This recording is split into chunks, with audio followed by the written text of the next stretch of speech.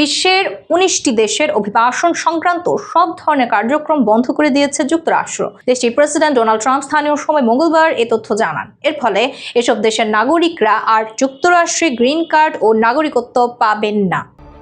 জাতীয় ও সাধারণ মানুষের নিরাপত্তার কথা চিন্তা করে এই সিদ্ধান্ত নেওয়া হয়েছে বলে জানিয়েছেন ট্রাম্প।